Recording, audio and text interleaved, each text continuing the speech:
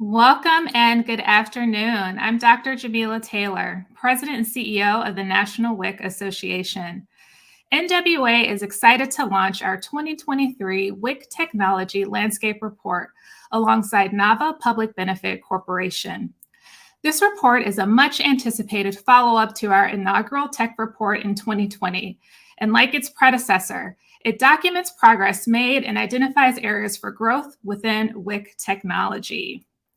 Over the course of this project, we surveyed more than 46 state WIC agencies and conducted in-depth interviews with 13 WIC agencies to better understand the innovations implemented, as well as the challenges facing participants in accessing new technologies. From the program's inception, WIC staff have been at the forefront of service delivery innovations. However, there's no denying that the pandemic has accelerated this change.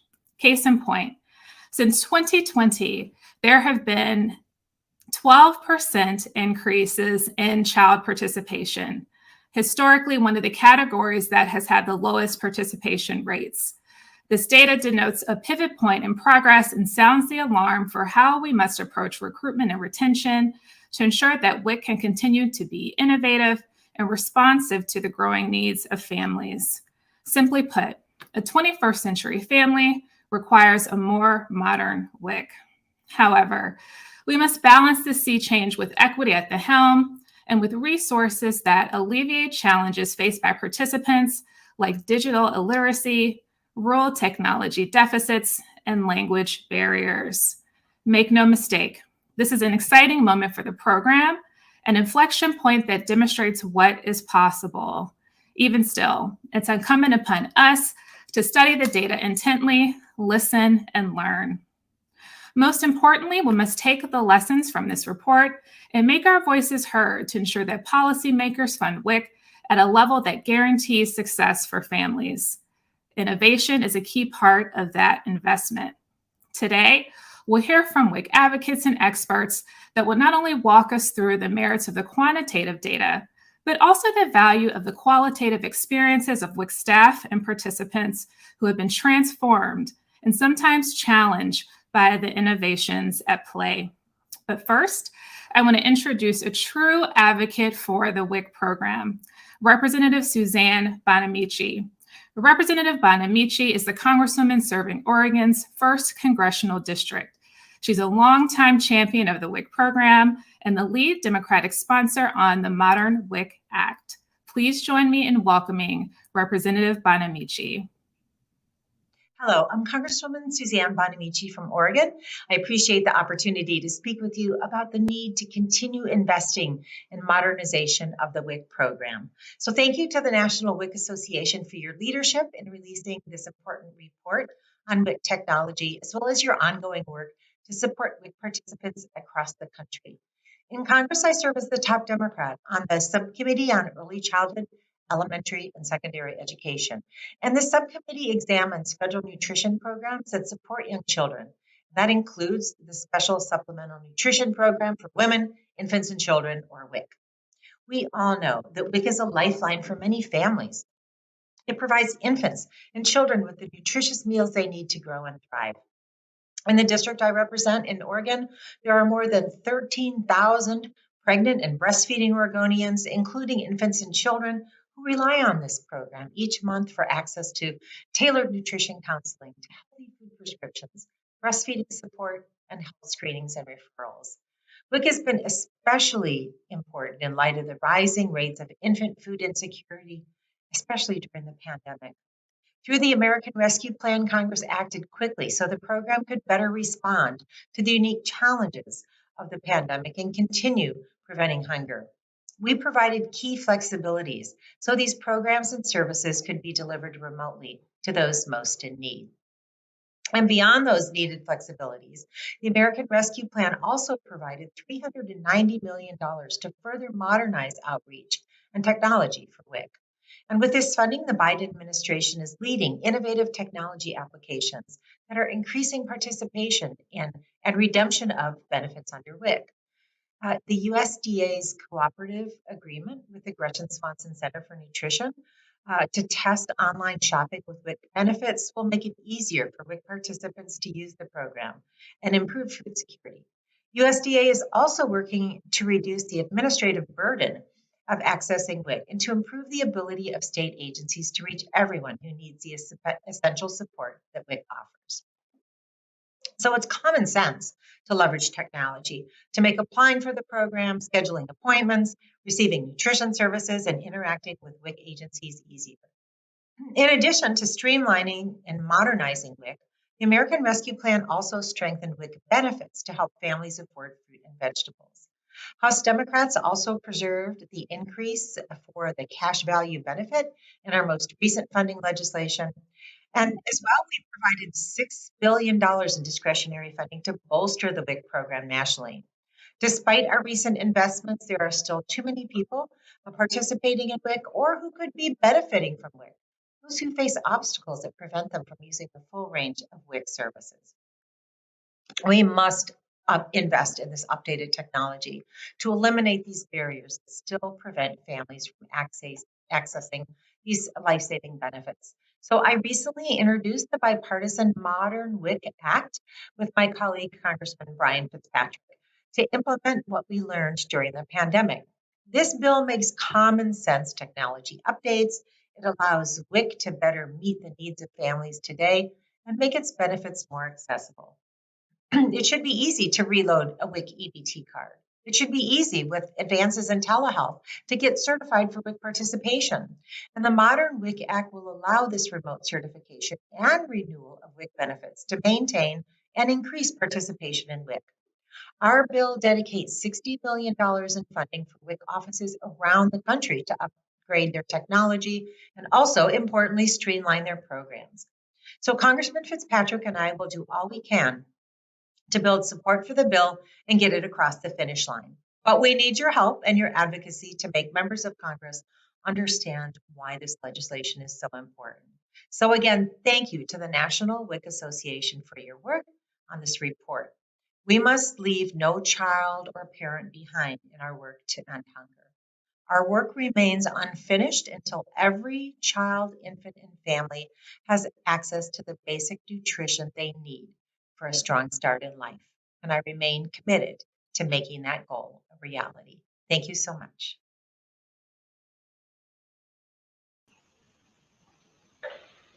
Thank you, Representative Bonamici, for your remarks.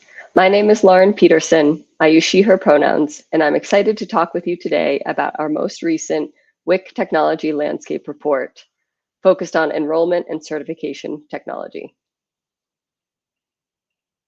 I'm a senior product manager at NAVA, a public benefit corporation helping to transform government services, programs, and agencies that serve vulnerable populations. With our expertise in technology implementation, NAVA has a unique perspective to contribute to broader advocacy and implementation practice conversations.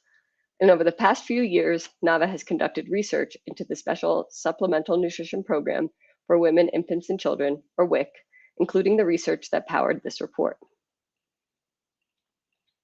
In 2020, the National WIC Association and NAVA published the first landscape report of WIC enrollment and certification technology within the first year of agencies responding to the pandemic reality.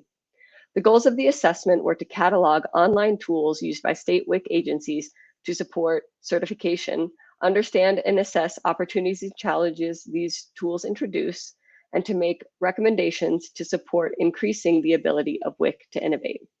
Not surprisingly, the report found a lot of innovation and innovative ideas out there from WIC staff, participants, and partners, especially as they rapidly shifted to the reality of providing WIC services over the phone or through the internet instead of in person.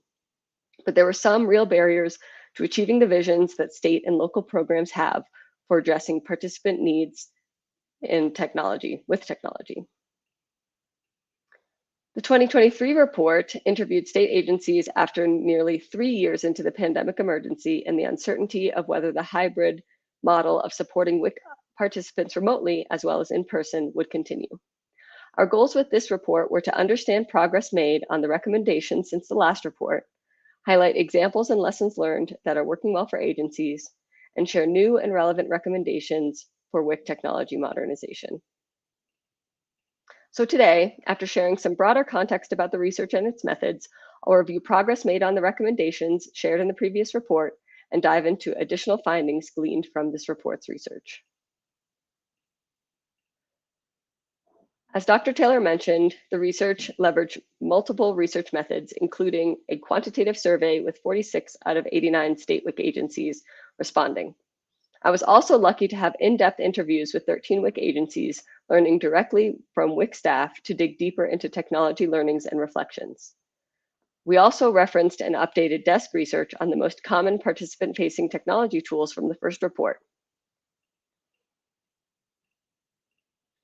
For some programmatic background, the WIC certification and enrollment process for participants traditionally involved making in-person contact with a WIC clinic, showing income eligibility, and attending a certification for nutrition and health assessment so they can enroll in the program and start redeeming benefits from their prescribed food package. Participant certifications are time-bound and specific to the category of participant, for example, pregnant, postpartum, infant, etc. So participants must reapply and generally show their eligibility throughout their participation in WIC.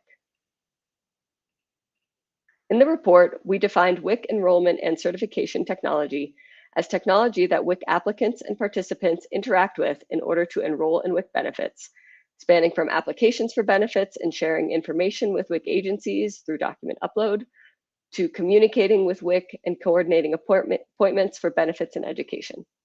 This slide includes participant-facing technology that supports the enrollment experience and that our research aimed to learn more about. The landscape of enrollment and certification technology would not necessarily be complete, however, without mention of staff-facing tools like management information systems where WIC staff administer the service. So let's move on to sharing some highlights from state agency progress on technology over the past few years. The table on this slide compares the catalog of select certification and enrollment tools in 2020 compared to 2023. Survey and interview data showed an increased uptake of document upload capabilities from 3 to 32 agencies self-reporting they had those capabilities. Participant-facing tools like participant portals and online application forms also increased, though less dramatically. These tools help streamline application and certification to make the enrollment process smooth. Many state agencies want to do these projects, but they are capacity strapped, focusing on core updates to their management information system, especially when responding to pandemic policy changes.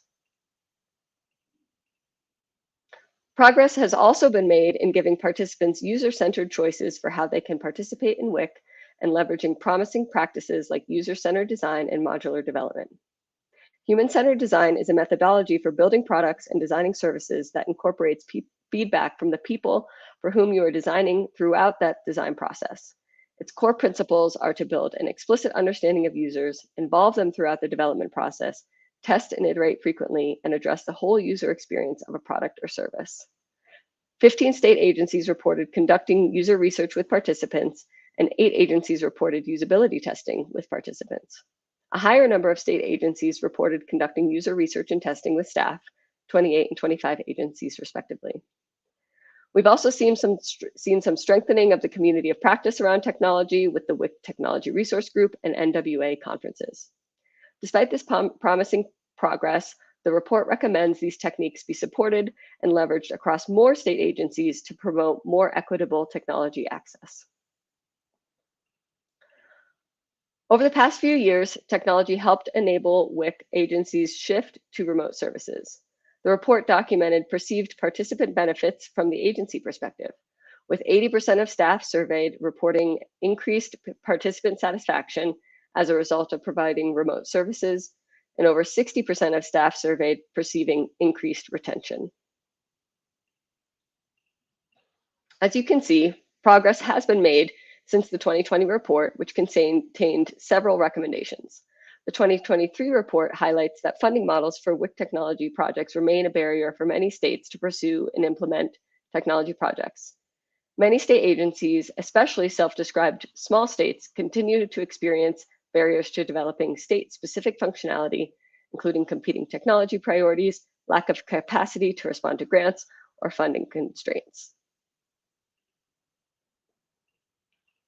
In summary, over the past 2 years, many WIC state and local agencies have implemented new technology, such as document upload capabilities, MIS upgrades, and ways to communicate with participants by text. And they've successfully facilitated remote service delivery that protected the safety of participants and staff. Studies show that participants have generally been satisfied with this mix of in-person and remote experiences and suggest it continues after the public health emergency expires. WIC technology disparities continue to exist between and within states due to the barriers I've previously mentioned. And so delivering equity in technology can contribute to achieving health equity by improving participant experiences and resources. This report applies the equity lens to the research analysis and views technology as integral to achieving health equity. Now let's shift gears a bit to the new findings and recommendations from this year's report to support greater capacity for technology modernization in WIC to improve enrollment, participation, and retention, and increased participant satisfaction. In the interest of time, I will focus on a subset of the recommendations and leave you to the report for full details. First, the report found that there continues to be inequitable access to technology projects across WIC. States have different abilities to take on different technology projects. Some have to prioritize lengthy software updates to adhere to policy changes on transitioning to remote benefit issuance, while others are able to focus on participant-facing customer experience improvements. The report recommends shared federally hosted tools that states have the option to opt into, reducing burden on resource-constrained states. Shared services can not only help small states with their capacity issues, but also with efficiency and cost savings across the program.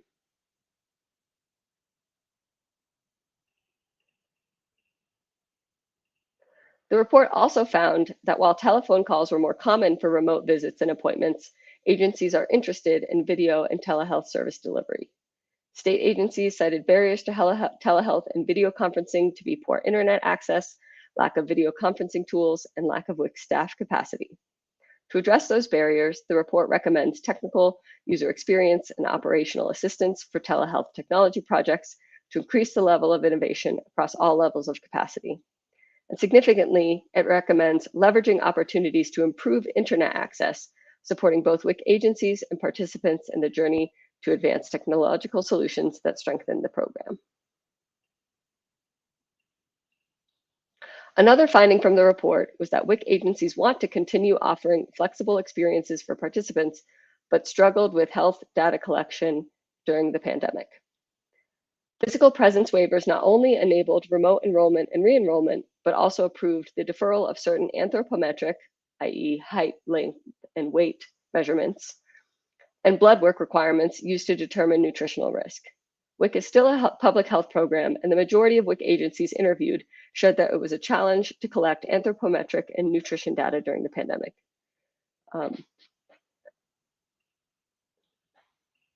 So recommendations for this finding include funding projects that explore solutions for health data collection in a remote enrollment and certification environment, incentivizing scaling solutions via policy, funding, or other means. For example, one agency shared a pilot project to test out online certifications and recertifications with a quick in-person visit solely for anthropometric data collection. Even more convenient for participants would be the implementation of an API or other data transfer technology for healthcare providers to share anthropometric data with WIC agencies.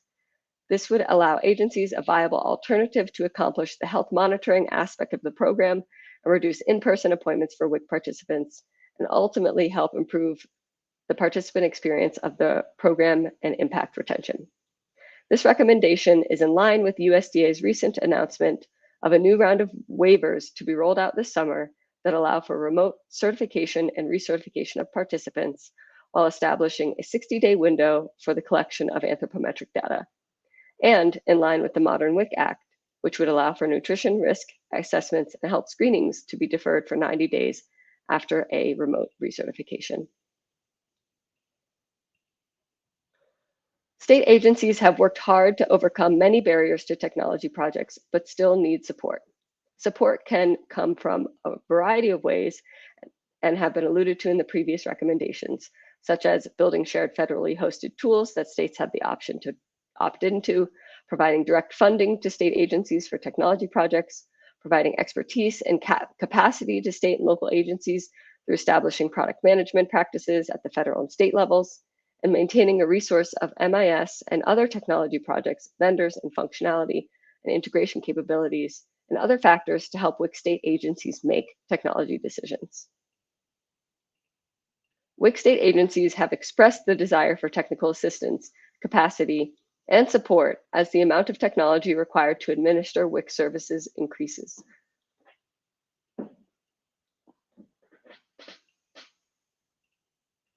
And data show that this support would be well received, as evidenced by survey respondents' interest in technology topics and resources. The top two topics you see on this slide that state agencies were interested in were human-centered design and agile software development, followed by usability testing directly with WIC participants. The last finding I'll review today is that states' management information system platforms still have the ability to enhance or severely limit WIC participant-facing modernization. Manual data transfer between tools and MIS, often added on top of full staff workloads, is still the norm for most state agencies. Many states continue to struggle to integrate or share data between their MIS and other tools. Some report having to print and scan documents as the only way to upload that data into their MIS, for example. The report recommends that state agencies find a way to modernize MIS platforms in parallel to participant-facing modernization, since they are so interconnected. One way to do this is to support an API standard across WIC, which enables data sharing among tools and unlocks participant-facing innovation that can meet state and participant needs. An API standard would make it easier to share data between tools and with the MIS platforms, making technology in WIC less fragmented, less burdensome to manage, and easier to scale state to state. And since so many state agencies are interested and eager to innovate, the report also recommends experimenting with and implementing new ways for state collaboration on MIS and other technology development beyond the consortium model. So to summarize, despite progress in providing remote WIC services through the pandemic, state agencies still face barriers to technology modernization. Technology can enable increased WIC enrollment, participation, retention, and satisfaction in the program for health equity, and states are eager to implement technology with the right funding and support. Thank you so much for listening. And now I'll pass to Laura Riley and the panelists for a discussion.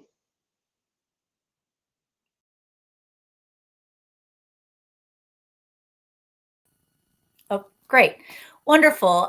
Hey all, my name is Laura Riley. I'm the business of food reporter at the Washington Post, and I've just had 20 minutes of tech nightmares, so I'm a wee bit frazzled and haven't listened to all of the wonderful people who've just spoken. But I'm going to be moderating a panel of 4 speakers, and I'm going to ask each of them to introduce themselves once I've just kind of given you their names. So we have Christina Chauvenet, the Senior Manager of Research at NWA. We have Edgar Cutis, who is a Texas WIC director. We have Lacey Little, and she is also a WIC director, a state WIC director. And then we have Natasha Singh, a New Jersey WIC participant. Please, let's welcome everybody. And perhaps, Christina, you can introduce yourself and say a few words to begin. Yeah, Laura, thank you so much. And thank you for being here. And want to thank Laura Peterson from NAVA as well. They've been such a valuable partner in this work. Really excited to be here to chat with you all today. I'm Christina Chauvenet. I am the Senior Manager of Research and Program Innovation at the National WIC Association. So really work at this intersection of research and practice and how we can use data-driven approaches, both qualitative and quantitative, to inform practice and also make sure that our practice is informing our research. So this landscape report is really an example of that. So now I'll turn it over to Edgar Cutis from Texas WIC to introduce himself. Hi, guys. I don't know that I have much to say here other than I'm the state director for Texas WIC. Technology is really near and dear to us, and it's an area that we will continue to try to innovate to provide better participant services.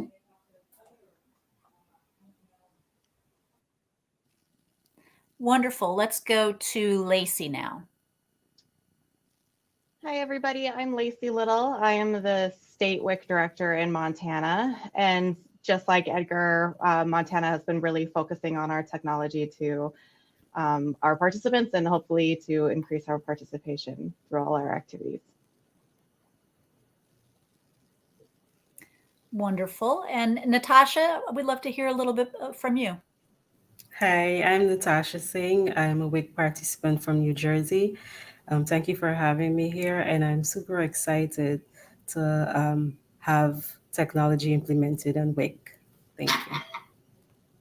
So Natasha, maybe let's start with you. I wonder what your own kind of technology and WIC experience has been. What kind of interface have you had with the new tech that's been brought to bear on the program?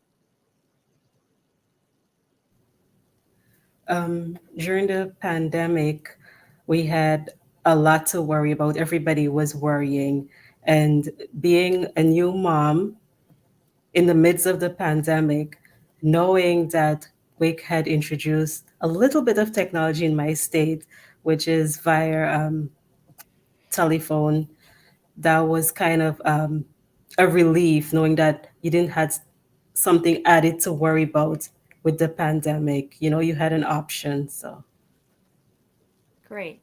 So Christina, maybe we can start with just the different categories of remote services that have been implemented. I know that there are, as far as I understand, maybe 7 different arenas that have been kind of rethought, and maybe you could just itemize those for us before we enter into a more nuanced conversation about them. Sure. Yeah. Thanks. That's a great question. And I think that, Natasha's experience resembles a lot of WIC participants that I have talked to in terms of, we tend to think about WIC participants, their shift from in person to remote, but we forget that like a lot of WIC participants have enrolled since the pandemic and we are, in 2023. So a lot of our participants don't know any other way of remote services. But when we talk about remote services, a couple of different camps, like one is definitely the telephone services that Natasha mentioned. And that is, the most popular venue. Also, video appointments are something that is gaining popularity, but the telephone visits remain most popular. There's also other sort of hybrid services that WIC participants have experienced, including like curbside pickup. So there's a couple of different ways that those services have operated, and it sort of depends on the state, the local agency, and what's most popular among participants that they're able to bring to their participants. So both the technology capacity and what's most salient for the participants in that area is what we tend to see being implemented. So Edgar, I wonder if we can talk a teeny bit about kind of digital literacy and kind of what your own experience has been in terms of how inclusive are these new additions, or is there a big learning curve for a subset of WIC recipients in terms of utilizing the new tech? So I think that's a great question. What we've found in Texas anyway is that we've got younger moms, certainly younger than the people that we have at the state office, that actually tend to be more tech savvy than we are. So the reality is, I think a lot of our participant population are actually far more tech savvy than we give them credit for. So I'm very hopeful that a lot of the technology implementations that we aim to put in place are things that our participants are already using in other environments, or certainly willing to move into, because they're trying to get the same thing we are, which is more streamlined services, more value out of the program. So I'm going to ask Edgar one more question, but I'd also like to throw out to those watching today, feel free to put your own questions in the chat and we will get to those in a little bit. I'm sure that this will prompt a lot of your own queries along the way. So I'm interested in how in Texas, has this improved retention, or what has it really done, and what do you attribute, how much of it do you attribute to some of these new remote and technologies? Yeah, so we've over the last couple of years, we've had a lot of changes in technology in Texas. I do think that it has certainly been a factor in our increase in participation. Lowering the barriers to access. One of the innovation pieces that we have is our own app, and maybe I'll talk about that at a later stage. But there's creating a tool that makes it really easy for mom to enter the information that she needs in order for us to determine eligibility quickly. And it changed our business model, right? Instead of determining eligibility in front of the participant, where we're asking her these questions that are very, database driven, right? I'm just collecting general information. She can fill that out at home in her own time, and we can have more valuable conversations. So I think one of the things that technology has really done is driven a better experience for mom, because now the conversations that we have are more valuable and less focused on just data collection, because that data collection can be done prior to the appointment. Great. So Lacey, how about for you? I wonder, kind of, is your experience that a lot of WIC recipients are kind of digital natives, or is there a learning curve in implementing some of this? For our state, we're pretty rural. So I would say, yes, they are probably more technology savvy than most of us, but that technology is definitely sporadic throughout the state as well. So that definitely plays into what we've done for our services. So when we went with the waivers, we've done mostly telephone appointments, but that really has made a huge difference with our participation. We've actually have been increasing, which is the first time in a very long time for us, because a lot of our families would drive an hour to get to a clinic to do the in-person, right, and to do what Edgar talked about, just data collection. And so we've been working on pre-screening tools and other activities as well to try and gather that data ahead of time, and then call and have, like Edgar said, that meaningful conversation to really support our families throughout the state. So Christina, I'm interested in kind of what were the big impediments to implementing this, because WIC was obviously a little bit later to some of this, prototyping some of this, than SNAP. And I'm wondering, was there internal resistance? Was this all just, antiquated technology? Kind of flesh out why this took a while to get up and running some of these programs. Sure, that's a great question. And I think that when we think about WIC and SNAP, one of the things we have to remember is there's a much higher level of participation in SNAP in terms of the number of folks that are participating in the program, because obviously WIC is more age limited. So because of the magnitude of participation in SNAP, as well as the unrestricted use of funds in SNAP compared to the WIC food package, which is restricted to particular nutrient needs of that special population. Those are two of the big reasons why the WIC technology, it has had a little bit of a different path than SNAP technology, although we certainly do learn from one another. But I think that is, so part of it was, how are we navigating, balancing the really excellent health outcomes that are associated with the WIC program, which is something that we're really proud of and is really important to our participants.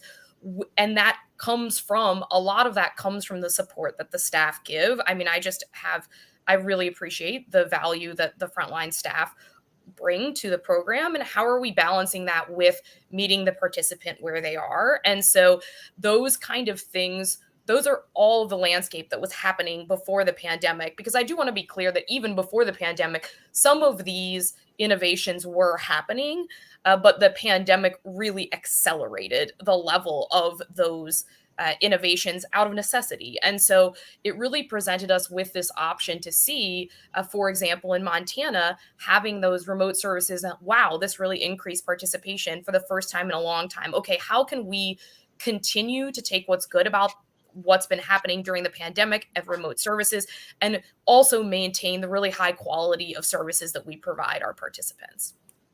So I think one thing I've always heard is that in-person component and there was an educational component and just a kind of a accountability component of having people come in and be seen and communicate.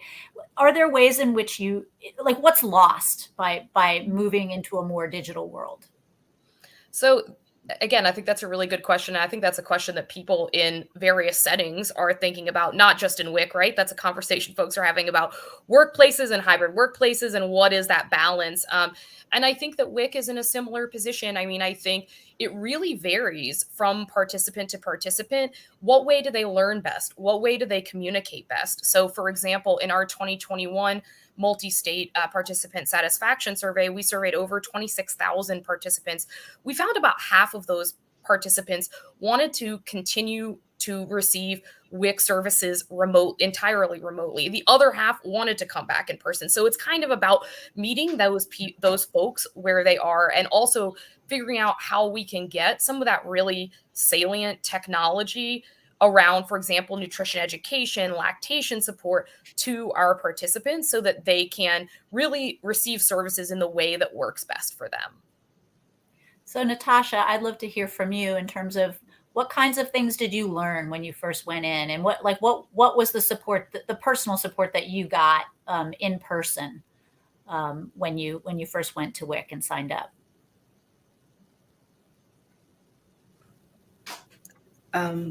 Actually, I never got a chance to do in person because I'm a mom of one and I got my baby in the midst of COVID where everything was via telephone. So, but it was really helpful for me because my baby was in and out of the hospital, and being able to I had to do a recertification where I was admitted with my baby in the hospital. So that was a great relief for me, knowing that I could have communicate with a WIC staff over the phone.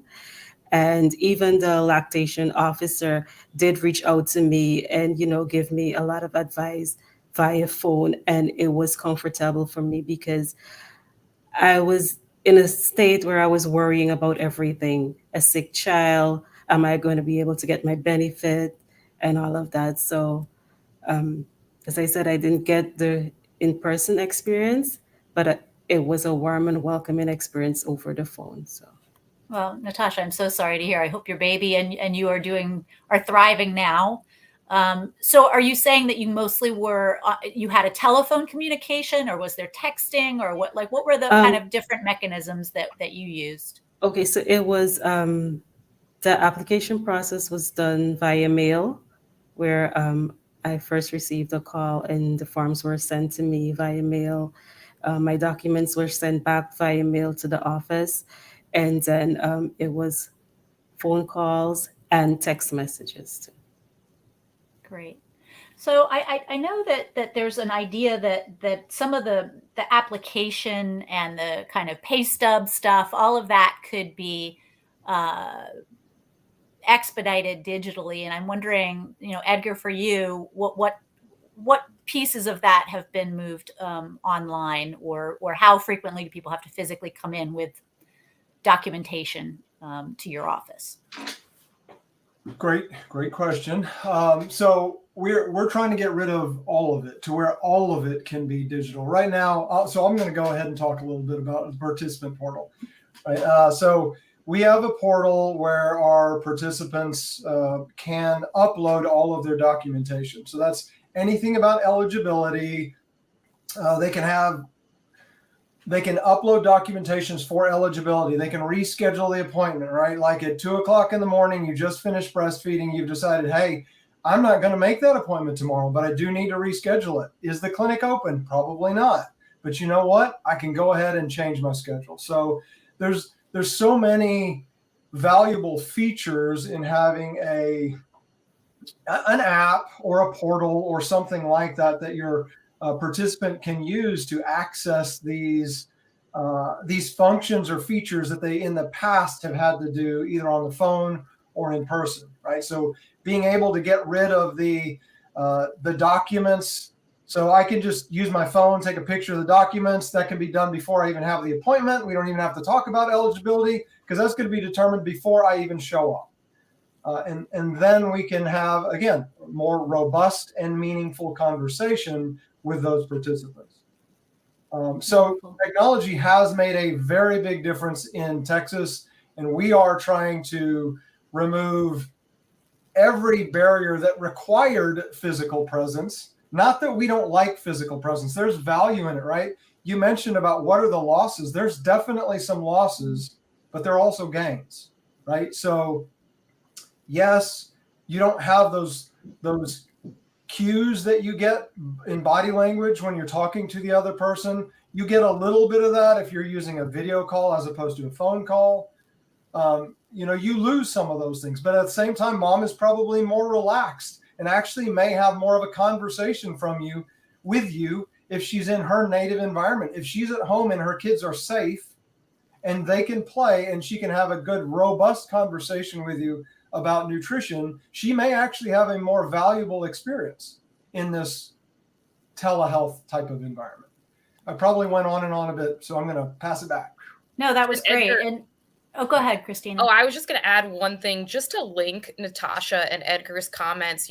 One of the things that struck me about Natasha's participant journey, and thank you for sharing that, is how you were at a time in recertification that might have been difficult for you to get to a WIC clinic. And that's often a drop-off point that we see where the family doesn't necessarily mean to unenroll, but life happens and things happen and kind of get in the way. And so being able to do that remote certification, which is not one of the nutrition ed touch points or one of those other program pieces, but is really just making sure that continued enrollment, that really bridges a gap to try and continue some of that retention that's so important as a child gets older.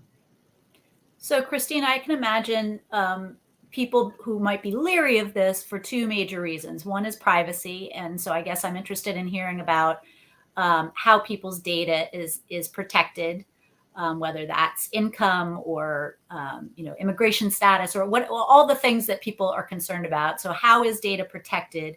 And then there is that whole idea of people slipping through the cracks, at-risk people, or even just garden variety first-time parenting floundering a little bit. What are the mechanisms that can safeguard against anyone kind of being lost in the shuffle? Yeah, so I think your first question around sort of comfort and data privacy, the protections we have around that and the comfort around that, that's something we really wanted to know at the onset of the pandemic. And the multi-state survey that I referenced that we released in 2021 actually asked folks about that because it was something that we knew state agencies really wanted to know. So in that report, we asked participants how comfortable they were with providing their documents electronically. And about 85-90% of folks were somewhat or very comfortable providing those documents through a document uploader type portal. So I think one of the things that we really took from that was that we have a really strong, the participants are comfortable with that. And how it works in each state is a little bit different based on their data system. And probably Lacey and Edgar can speak to this better than I do, but I know our states do take a tremendous amount of caution to protect those that data privacy. It's also another reason why we do want to, meet people where they are. It's certainly if folks, want to be able to bring that in, that they can. But that is something that for the vast majority of our participants, they are feeling comfortable doing because they're doing it in other aspects of their life as well, not just with WIC. Lacey, I would like to get your take on that. I mean, and I also wanted to ask you about kind of rural broadband, whether that's an impediment to people either signing up or having kind of clear and non-frustrating communication back and forth. Yeah, so in terms of communication in rural, broadband is definitely hit and miss in our state. And so that's where we've really relied on telephone service more than anything. We have been working on a couple pilot projects with pre-screening stuff and document upload. So we aren't as far as Texas by any means. Trying to work through all the IT issues on our side. But yeah, telephone is what we have been relying on just because technology isn't really throughout our entire state. Not everybody has access to internet in our state, and that does make a big difference for us. So telephone does feel like a little bit more impersonal if it's not a Zoom. Gosh, we've all gotten so used to this format. So I guess I'd ask you the same question about how do you ensure that you're not missing something in terms of people's the help that they need. Absolutely. And that's a question we ask often. I think even our staff ask that, like they feel they're a little concerned they might be missing people. In our state at this point in time, we're doing kind of hybrid where we offer phone appointments or remote appointments or in person. But if they are truly concerned with a family, they do ask, like, would you be willing to come in? We would love to visit with you. And just wording it in a very polite and, we would love to see your family kind of way. And for the most part, families are actually kind of excited to come back sporadically. Not all the time, right? If there's a family of 4 and you're doing 4 appointments, that's a long, long day. But they do like that option to come in as well. Great. And I will remind the viewers to put any of the questions that you might have into the chat here, just so we're getting a little bit close to the time where we're going to take some questions. I'd love to ask Christina a little more about the future. And I mean, we're seeing obviously there's kind of mass hysteria about chat GPT but there are these chat bots now being brought to bear, especially if WIC participants maybe have the same 100 questions in different slightly tweaked versions. Are there opportunities to implement artificial intelligence in dealing with people's questions? And then I'm also interested in you talking a little bit about the online educational modules that I think are being rolled out, in different places. So could you give us a little bit of that? Absolutely. So to your first point, yeah, and I will say I am not an AI expert. So but I do think, it's balancing this, trying to provide the best customer service for our WIC participants. Now I'm starting to sound like Edgar, providing the best customer service for our participants, and how that sometimes I don't think that like chatbots and AI are a universal evil. They can be really helpful for some of these FAQs to make sure that we're getting to some of those questions as soon as possible. I think, we know that the WIC staff are a really important part of the WIC participant journey, and particularly in relation to individualized nutritional needs, lactation support, things like that. So we are always going to rely on WIC staff to provide some of that individualized education to participants, whether that be remote or in person. We're still going to maintain a really high level of service for that.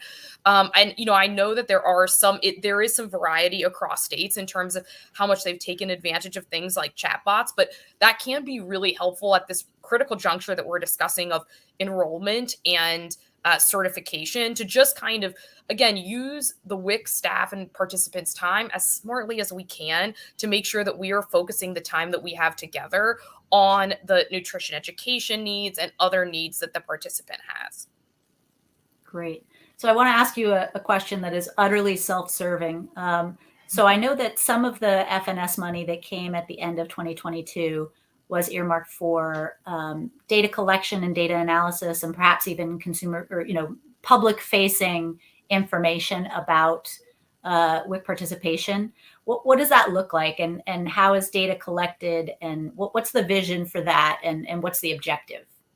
Yeah, thank you for bringing that up. I think the WIC modernization funds are a really exciting opportunity for our WIC agencies. And I want to thank FNS for all the effort that they have put into those different buckets that they are funding, including a lot around technology. And, I can't speak for FNS, but I do know that there is a lot of the, technology and, obviously the name, the WIC modernization funds, they want to create a more modern WIC experience as we do. And there are a lot of opportunities, some of which are state agencies have already been able to take advantage of, some which applications are forthcoming that are really exciting for the program and that are going to help test some of these pieces around how we can build technological tools that are smarter, that are more responsive, and how we can test models that are a little bit different to the traditional WIC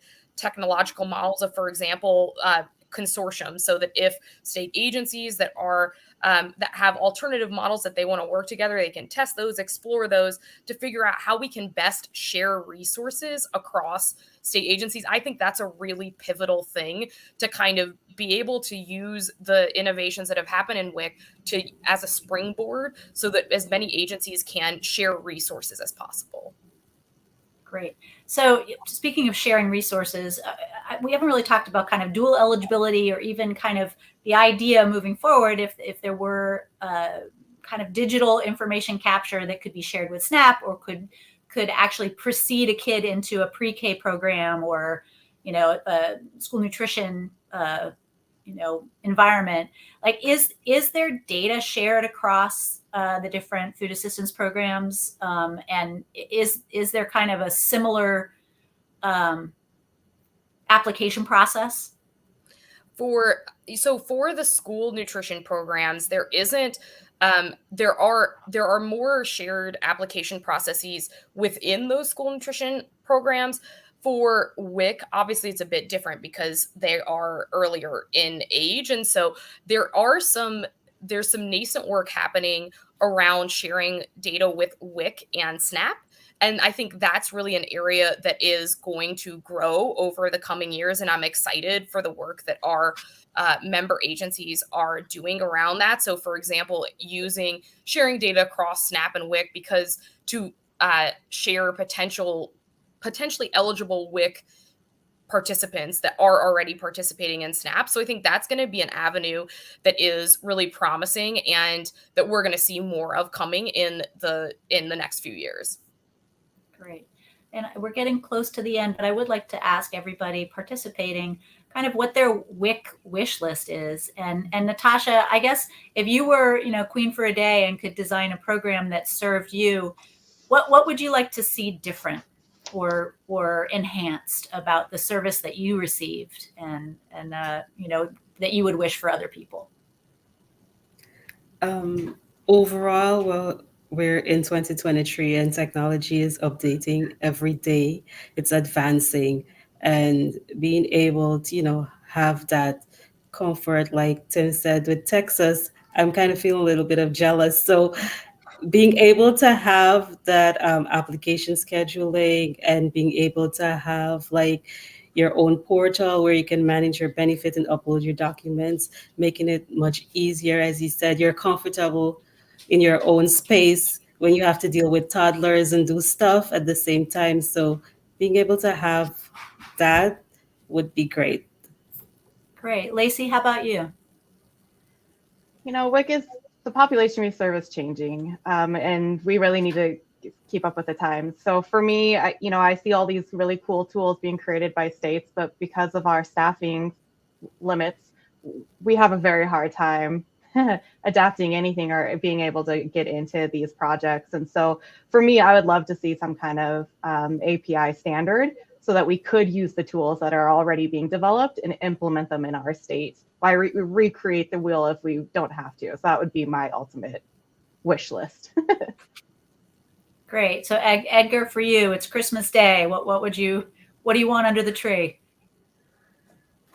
Well, I think I've got a lot of Christmas wishes. I mean, I want to continue to see continuous modernization. I think it's amazing when I see some of these smaller states or even ITOs that are pushing forward in the technology space and actually creating real change. It's a lot easier for states my size who have more resources, right? We just have more people, more staff, more testing capabilities. It's easier for us. And because it's easier for us, I think it's our responsibility to push some of the big things forward. But for the smaller states, I've seen some amazing developments from the smaller states as well, right? And we need that. We need everyone to be pushing the technology landscape further.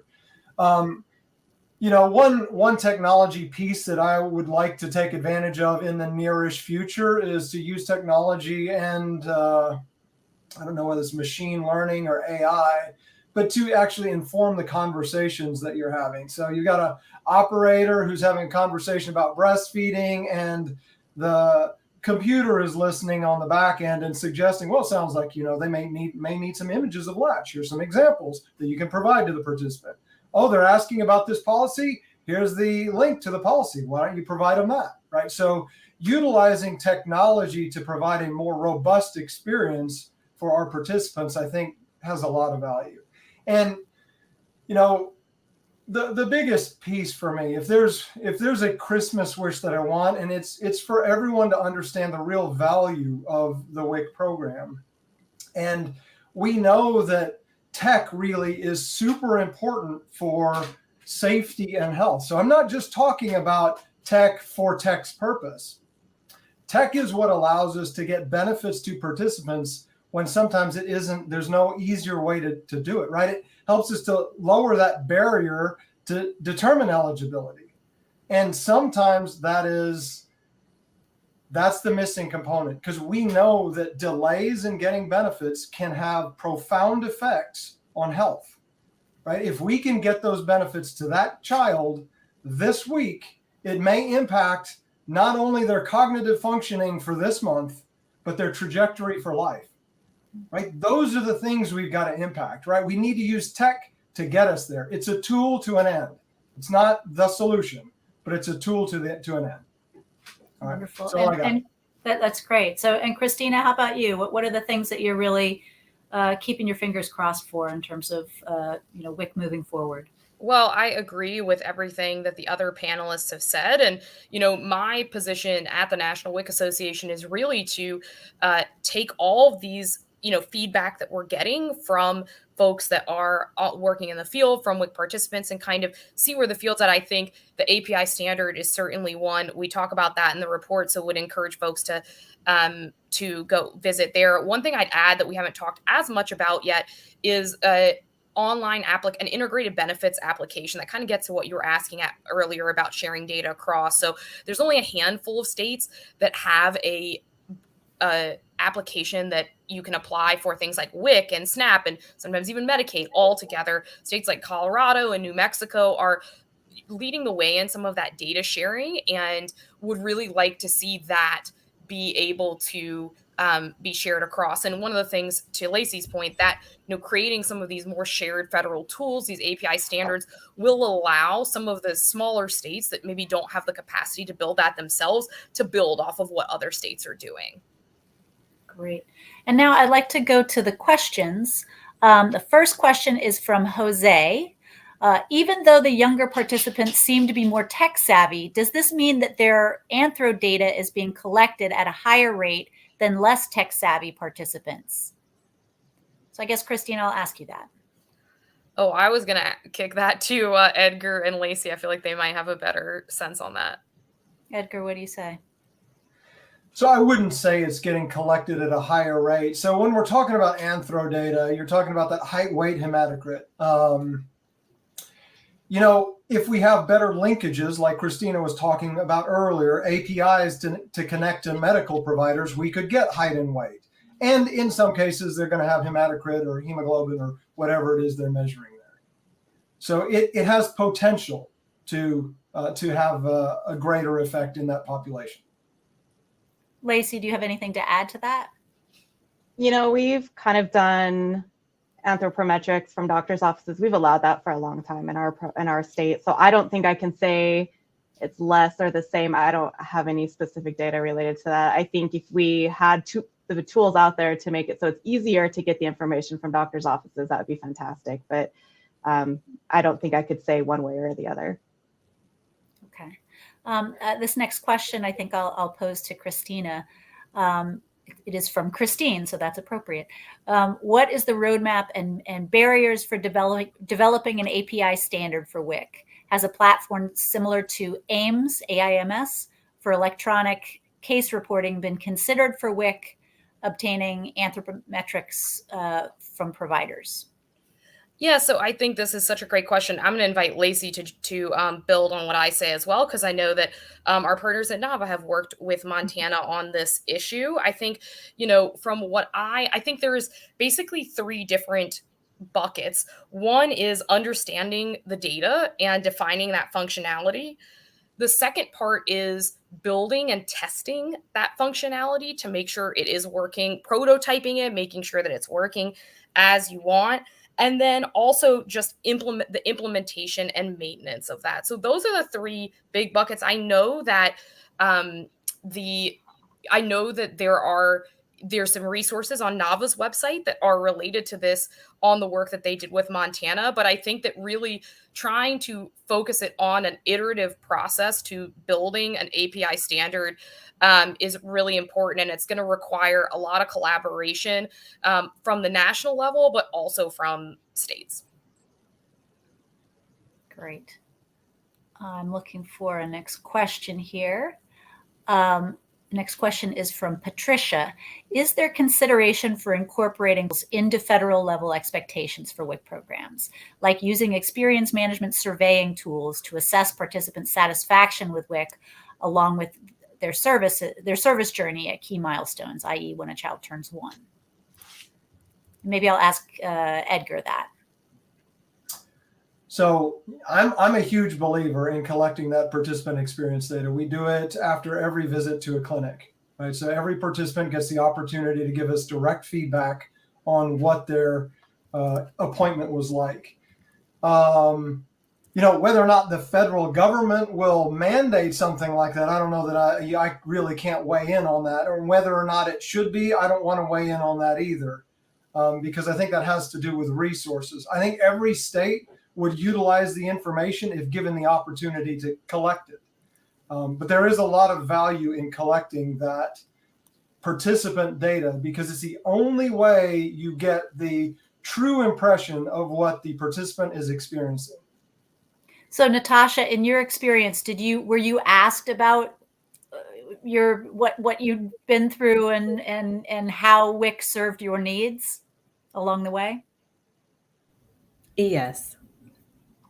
Great. All right, last question for all the panelists. In your experience, what are the biggest barriers to achieving digital equity in the WIC program?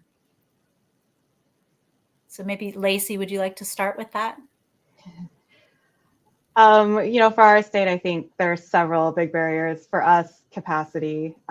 We are very small. We have a very small IT team, and our capacity just isn't there to do these innovation projects and to really push us forward, which creates, inequities.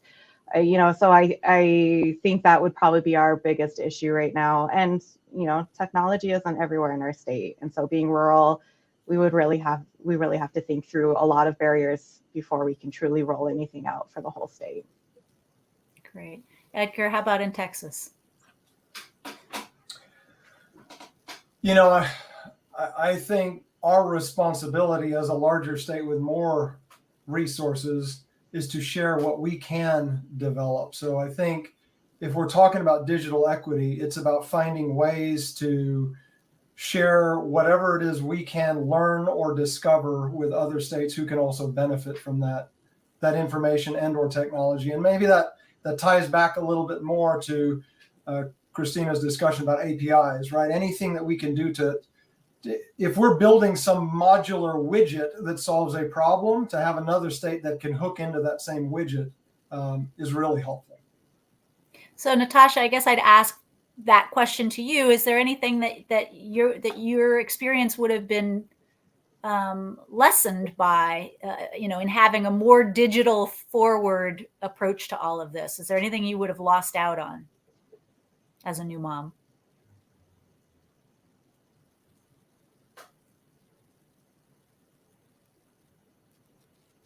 Oh, sorry, I didn't hear you. What did you say?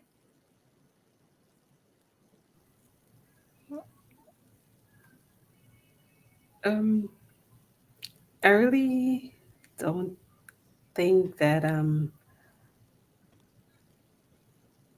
I would lose out on anything. No. Great. Perfect. That's what we want to hear. All right. And Christina, how about you?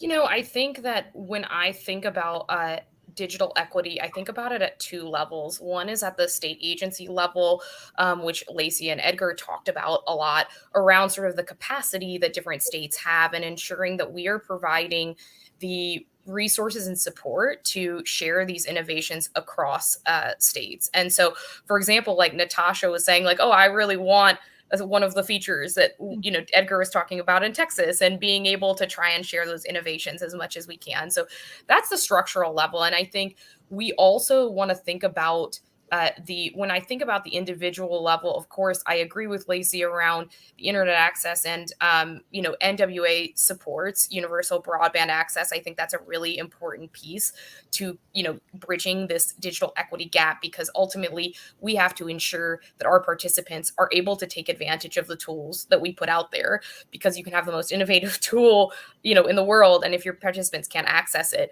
then it's not doing what you want. So there is a piece around that, making sure that those resources that participants can access, that they're equitable from a perspective of disability and different languages, and all of those pieces are really important to keep in mind. So there's a structural piece at the state level trying to drive that innovation, and then at the individual level making sure that our WIC participants can take advantage of those tools.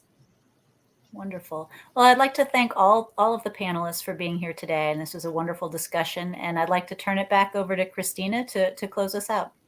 Well, Laura, I'd like to thank you for being here with us today and moderating this panel. We really appreciate you taking the time and asking such wonderful questions around the WIC experience.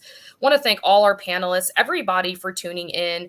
And just a reminder that the report is available on our WIC Hub. So I encourage you to go and check out the report there and continue to interact with us. We do have our technology conference coming up in September, so you can head to our website to find out more there, and we'll be talking about these topics as well as a breadth of other technological innovations. So have a great afternoon, and thanks for coming.